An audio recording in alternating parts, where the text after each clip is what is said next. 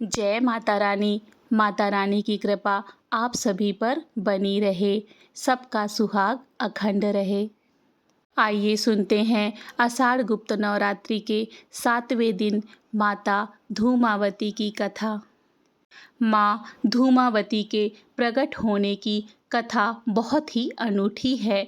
इन्हें आदिशक्ति पार्वती की 7वीं महाविद्या माना जाता है और इनका प्रकट दिवस ज्येष्ठ शुक्ल अष्टमी को मनाया जाता है। मान्यता है कि ये सभी दुखों का नाश करने वाली और सभी मनोकामना को पूरा करने वाली हैं, लेकिन महिलाएं माता धूमावती की पूजा नहीं करती। आइए इसके पीछे क्या कारण है उसे हम जानते हैं।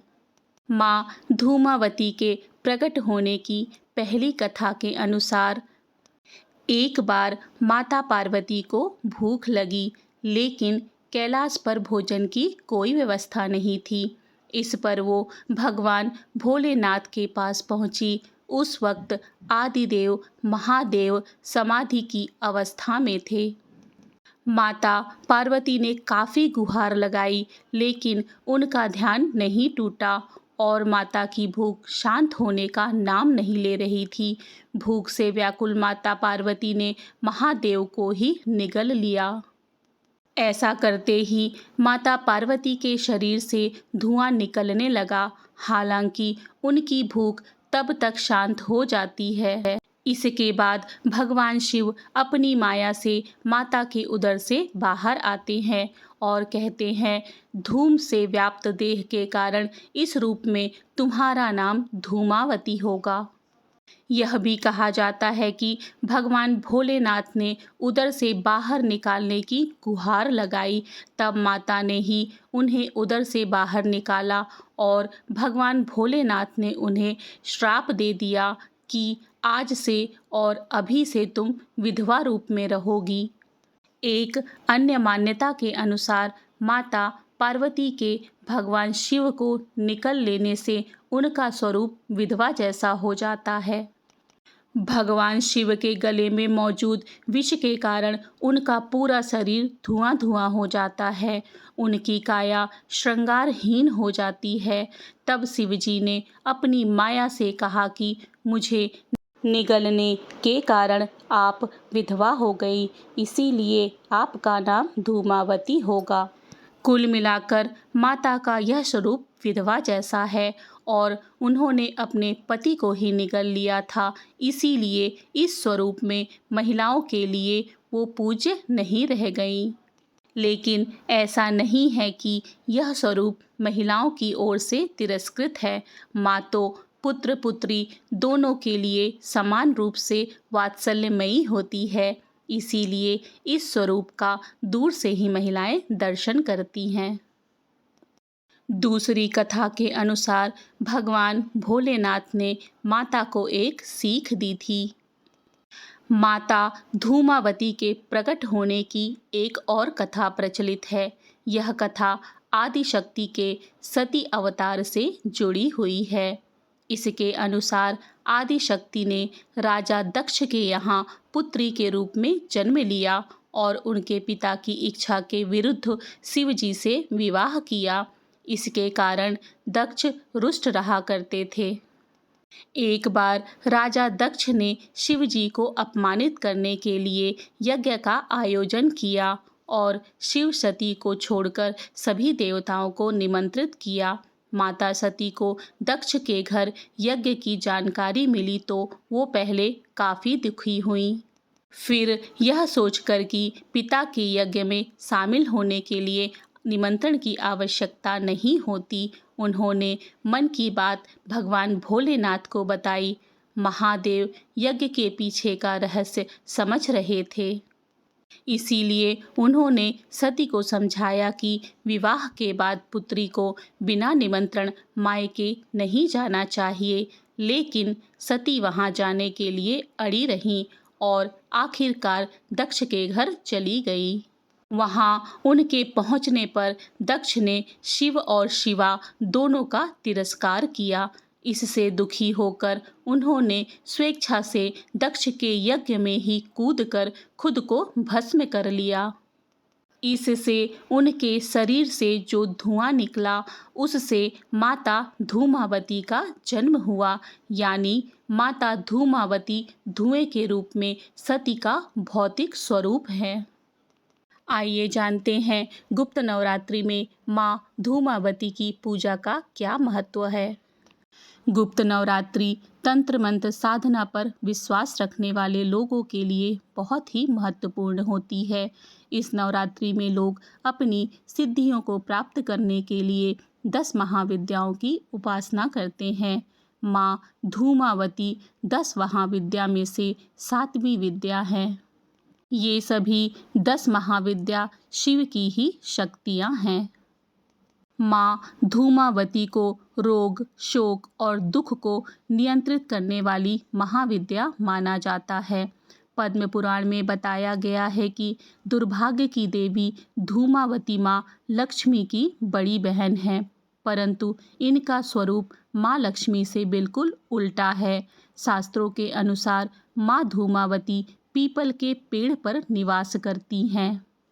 मान्यताओं के अनुसार धूमावती को दरिद्रता, अलक्ष्मी और ज्येष्ठा के नाम से भी जाना जाता है।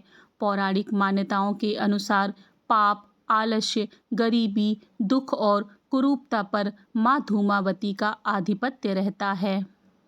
आइए जानते हैं माँ धूमावती का स्वरूप कैसा है। माँ धूमावती कौवे पर सवार रहती हैं। ये मनुष्य के जीवन से दुख, दुर्भाग्य और दरिद्रता को दूर करती हैं। पंचरात्र के अनुसार उग्र चंडिका, उग्र तारा जैसी उग्रता, भयंकर प्रवृत्ति वाली देवियों को माँ धूमावती ने अपने शरीर से प्रकट किया है। माँ धूमावती देवी का संबंध भूख से है। माँ धूमावती ने क्रोध में आकर अपने पति महादेव का भक्षण किया था। माँ धूमावती की ध्वनि 1000 गीदड़ों के एक साथ चिल्लाने के समान है, जो मनुष्य के मन में भय उत्पन्न करती है।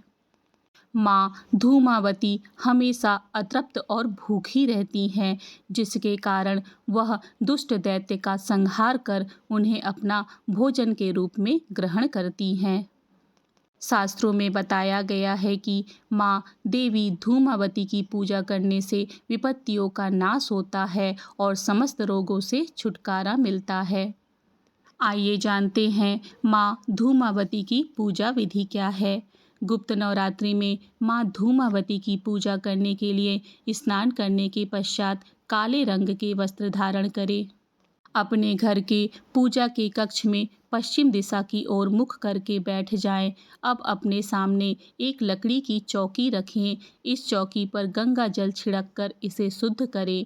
अब चौकी पर स्लेटी रंग का कपड़ा बिछाकर माँ धूमावती की मूर्ति या चित्र यंत्र स्थापित करें। अब माँ के सामने सरसों के तेल का दीपक जलाएं, लोबान से धूप करें और राख या भभूति से माँ का तिलक करें। माँ धूमावती को 2 रंग के फूल अर्पित करें और भोग के रूप में उड़द के दाल की खिचड़ी चढ़ाएं। अब माँ धूमावती के मंत्र का 108 बार जप करें।